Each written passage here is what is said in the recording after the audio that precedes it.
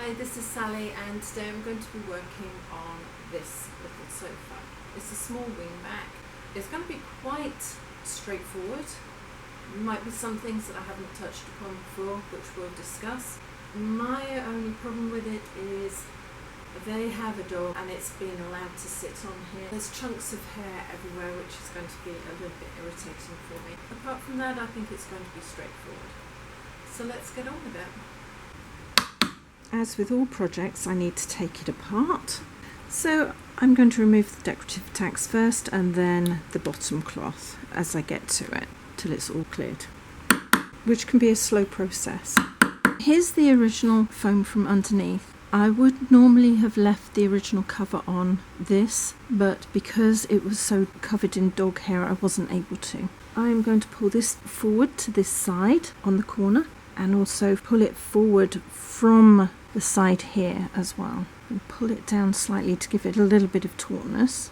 Put the next pin in like that, a little pull down and pinch, and then put the top in here. Now when I sew it, I'm going to just give it a little curve, not very much of one. That's so that when I put the new dacron on, it fills it out better, should fill it out better. Because this has stripes in it, I've just got to make sure that this stripe is exactly where it needs to be. And now I'll do the same here, just pin it into place. As you see, this comes forward slightly.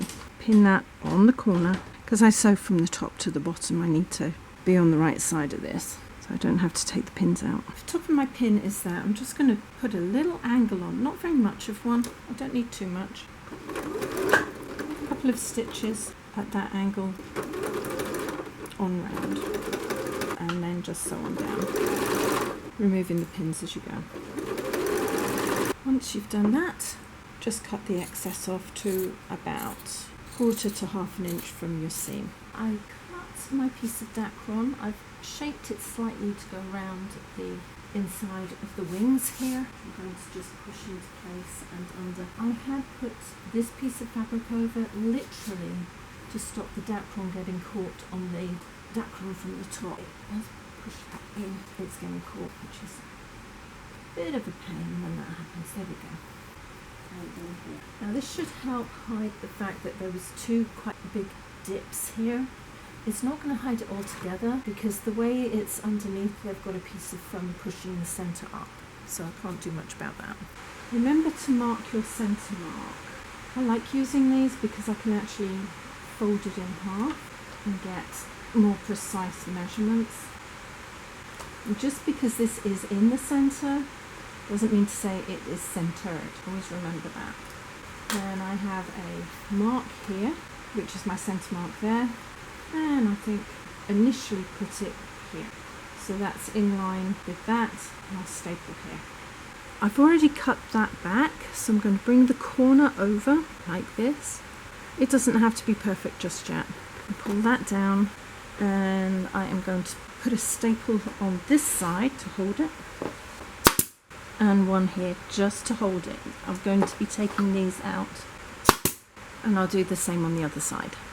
Now here again, measure the centre. It takes it to, see, the centre isn't even in the centre on this side, not even close, and actually you can see it goes down at an angle, which to be honest makes it a lot easier for me because the centre mark is here.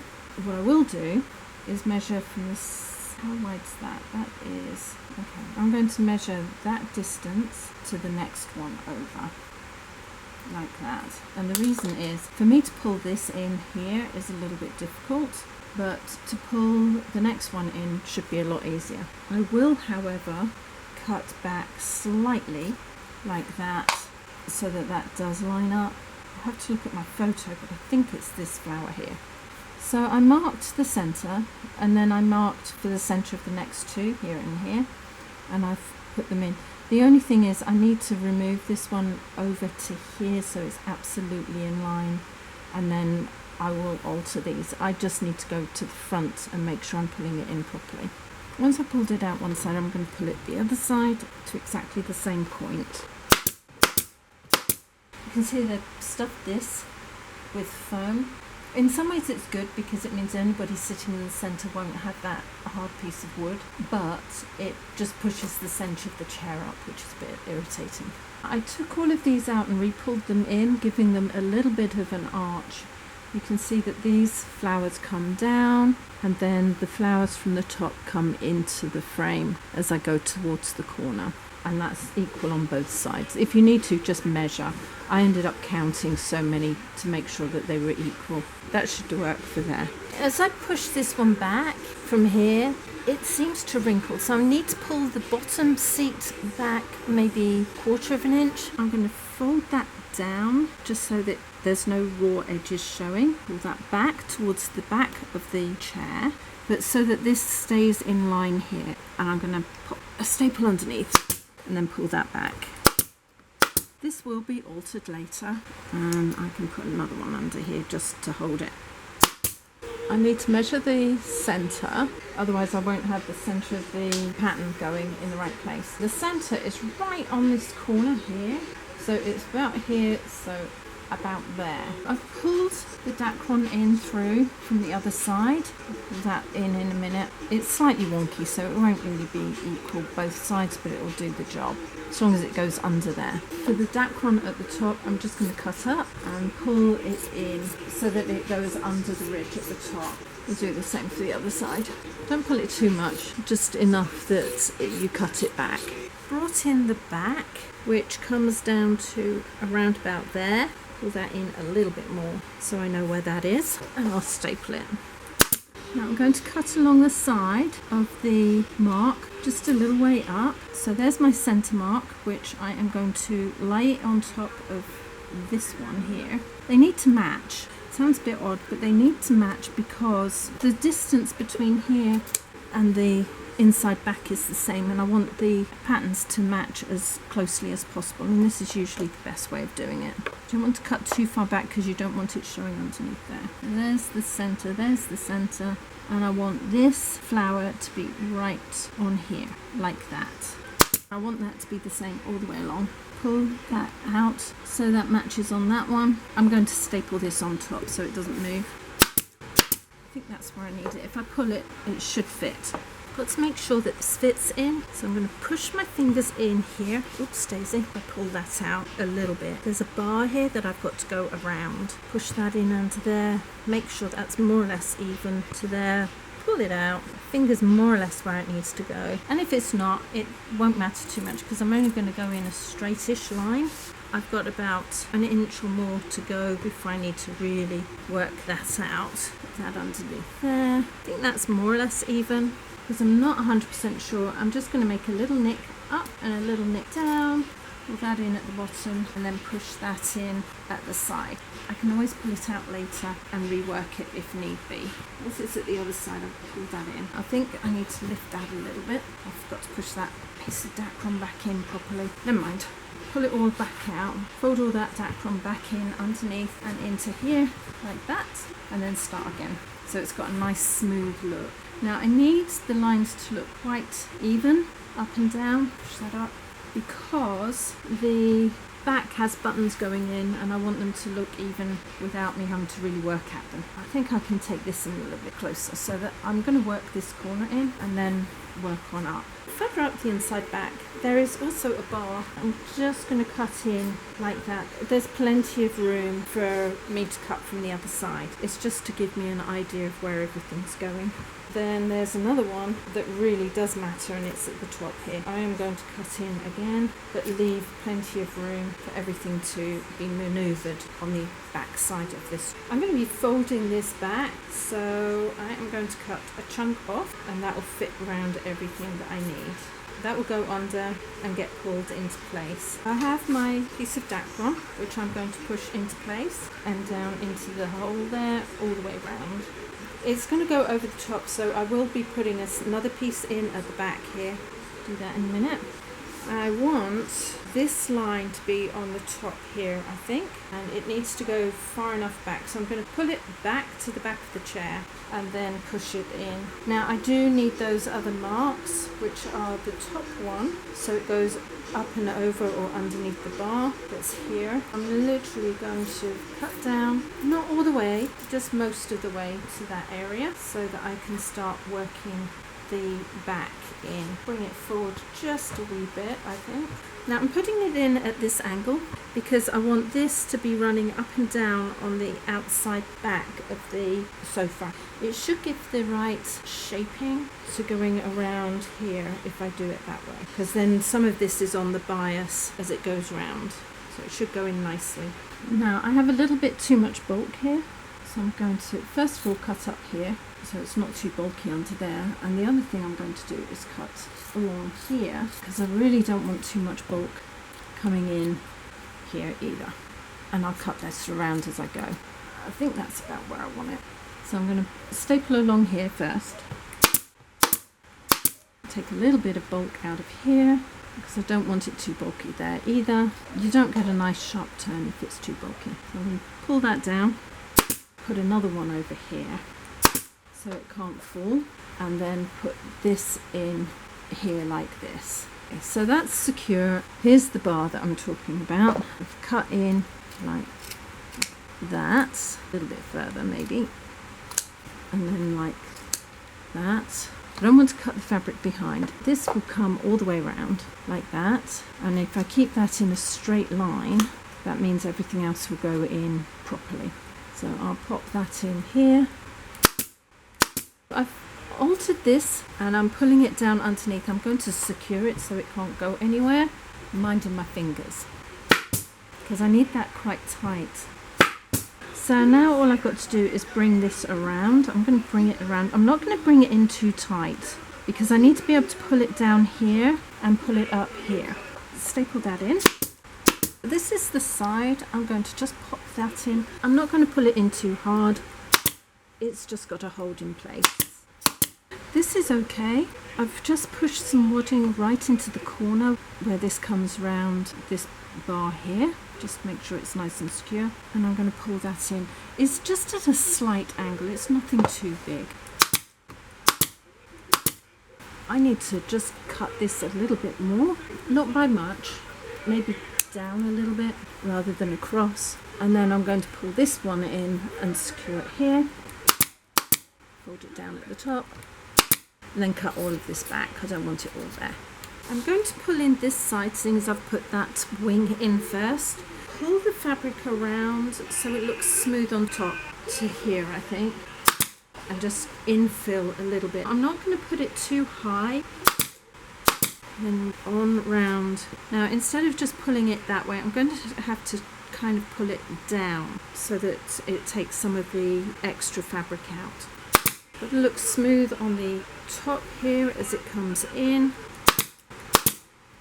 This corner does have to come in a little bit tighter, and I've got extra fabric here that I can cut out, I hope. Yeah, I do. It comes over, cut in to here, which is towards the top of the bar. Take some of that fabric out. See if I can roll all of that underneath like that. And I think when I pull it down, there's a bit of ridging here, which I don't want. I've got a bit of wadding there, which I'm going to pop under here and under here, so that that will come in to here. Maybe I can cut some of that fabric out, a little bit more in and a little bit more out. You just have to work these in as best you can. You don't want it too much of an angle, but you don't want it to be rippling either. So just make sure it's nice and smooth. Make sure all your threads are not showing. I think I can still cut a little bit more in here. They just open up.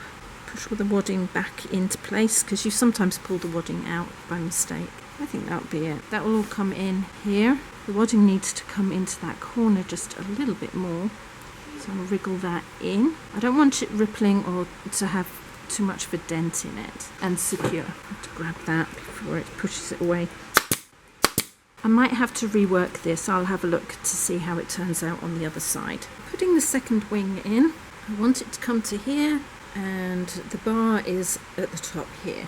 Just going to cut the top more or less into place, not all the way, because I need to be able to twist the fabric. So that one will go under here like that. I'm going to cut a little bit lower like that, and then I can push this fabric in to the side here and through. It's such a tight fit on this one. Sometimes they're wider than this. See if I can hook that behind, because I need some of this fabric up here too. I will secure the corner as I want it, and here. Now I'll just pull all of this through down towards the bottom bar, which is here, because I need to cut for that too. I've managed to pull the fabric back along the top here. I'm going to make a little clip here, because I want these flowers here to be the ones that I'm following. There. Pull that down. Once those are in line, everything else should go in properly. Pull that down a little bit, and it's these flowers. So I'm going to have to pull it back through to the front, but that's okay. Now, as with the other corner, I've added the extra padding behind there. Bring that back round, and then fold this over the top so it looks nice and neat. And I've made it look as close as I can to the other side, and that can go underneath like that, and that's okay. And again, this corner looks like I'm going to have to cut in again.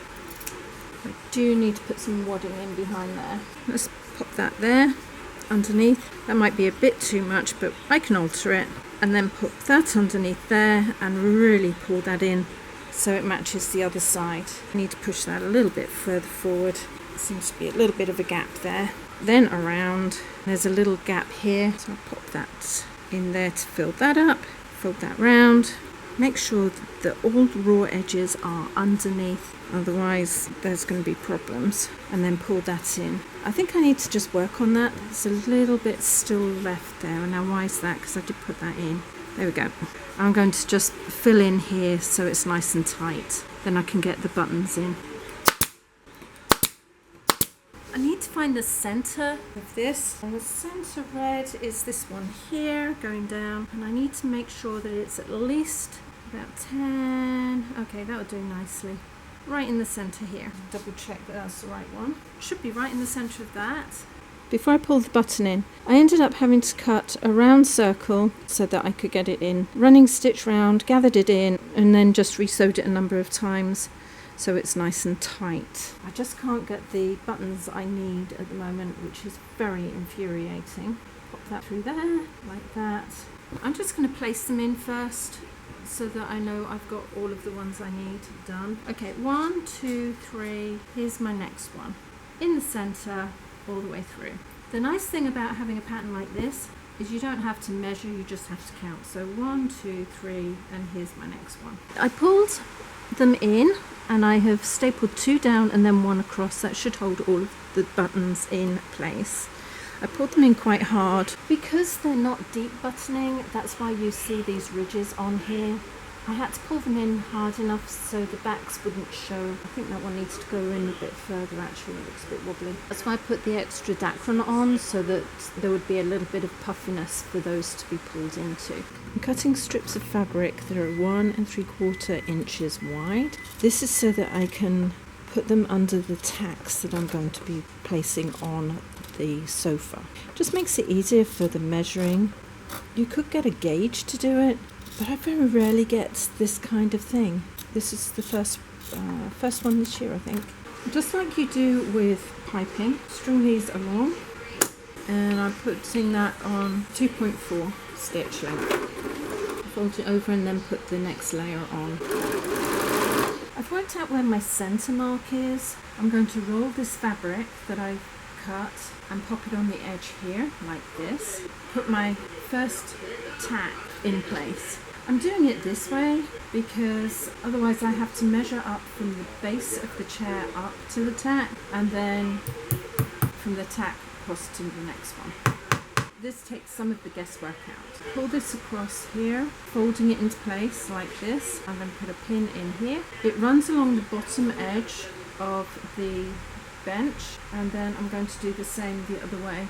When I come to each intersection, I'm going to cut the excess fabric off so that it's not too thick, and then fold that up there too and pull that also into position. Now the best way to do this is standing, so you can see where the bottom edge of your chair is, and I am going to put these at distances of 1 1/4 inch gaps. So I'll measure that one across, put that in the center of the fabric and tack it into place, and then measure the next one across and do the same.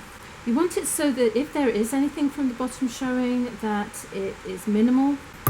Yeah, there's a little bit showing, but I think if I'm looking from above it won't matter. That's my first 5 inches done, and I'll carry on like that all the way around the chair base. So I'm going to work on this corner here and cut back the dacron. When you do this, do not cut your fabric. It gets embarrassing when you do silly things like that. So I'm going to go this side like that, and then this side. So just to the other side of the leg.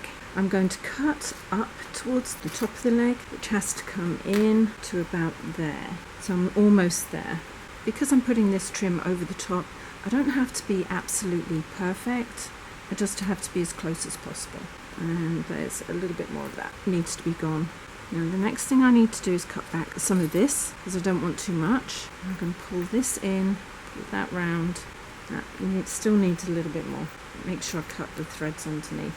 And I will be pulling this in, folding it round like that and stapling it.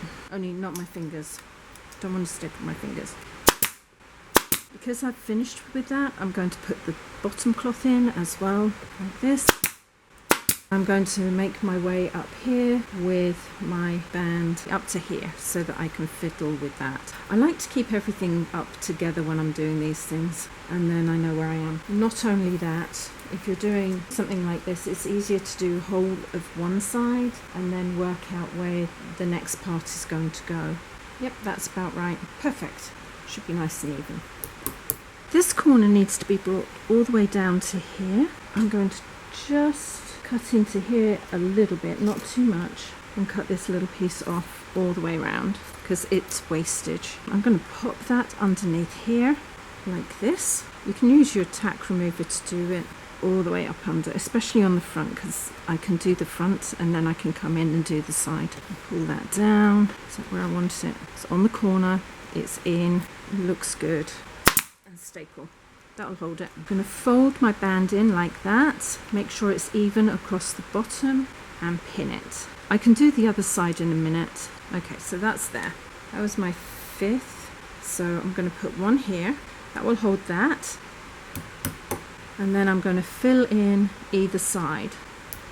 And then go onto the side. So this is one of the wings. I'm just going to pull the fabric a little bit tight around at the center, and I'm going to just staple it in. I don't want to be going up and down, so I'm just going to pull it round and around until it's all into shape. Some of these might have to come out. I'll fix the top too. And now I'm going to cut it back around quite close to the staples because I really don't want too much to be going on up there. And the same up here. That's a start. Here is the band, so I'm going to bring the band around, folding it as I want it, like that. And then again, pinning it into place. I'm going to start, I think, on this corner here. Sometimes I measure around to the last one. Actually, I need to put one right on the end here as I go round. Oops, they're so difficult to hold on to sometimes. And because it's quite close to the edge, I'm just going to pop one as I come round the corner, like that. And then I'll measure down. So there's my first one. My 5th is as I start going round. So I'm going to put my middle one here and then fill in. If your band starts rolling underneath, just pull it out, and I'll do this all the way around the wing of the chair. You do have to be careful when you go around a curve because you want the band to be as straight as possible, so I tend to pull it out in a straight line until I start wanting to go round the curve. Oops, daisies. That sounds like it's on a staple. If you hit a staple, either go above the staple or below the staple, if you can. There we go, it went above. And then work around the curve. And as I say, all I do, fold it all in as I want it, make it a straight line. I want it to come around the curve, so I'm going to go at a little bit of an angle, but not too much of one. There we go. And then start measuring from that point on round. It's easier to do it this way than to go for the full length you want, because it will vary. Let's pull some of these back, we'll fold it underneath, and then do the next one. It's a slow process. I need to join these, so I am going to, I think I have the join about here. I'm going to pop this one in as it comes round. So there's my halfway, so I'm going to pop this one in here, and then that will hold it for me. Now my join is going to be here, so I'm going to pull this one over just a wee tad, because that's going to go in underneath, and this one is going to go on top. So I really need that one cut just over the point of where it's going to be folded. Now this one I can cut back slightly because it's going to go inside. There we go. Roll that one into shape and then roll the other one around it. This is a little bit awkward because you're really not dealing with very much, but you do need them to be as close as possible to where they need to be. Push that inside, roll that into it. I'm just going to make it look small enough, and to be honest, I think this one is a little bit too bulky on the underside, like that. So I'm going to take that one out, move that one out, just a wee tad. Roll them into each other, pop it on. You might have to rework that, it doesn't look very neat. But it doesn't have to look very neat, it's right on the back of the chair. It'll be fine. It's not perfect, but it'll be fine. Nobody will notice unless they're looking for it. Thank you for joining me on this project. I have already finished one for the gentleman and he was absolutely delighted with it. I'm pleased with how it turned out. It's not a colour that I would have chosen, and I certainly wouldn't bother putting the buttons in the back. I would have just left it plain. I would have left this plain as well, and on the side maybe put some decorative trim on instead, or put the piping round and pull it in properly. But you know, different people want different things and you just have to accommodate them. I think it turned out okay. If you want to see more from me, please subscribe, hit the bell button, and a few thumbs up would be absolutely brilliant. And in the meantime, take care, see you later. Ciao!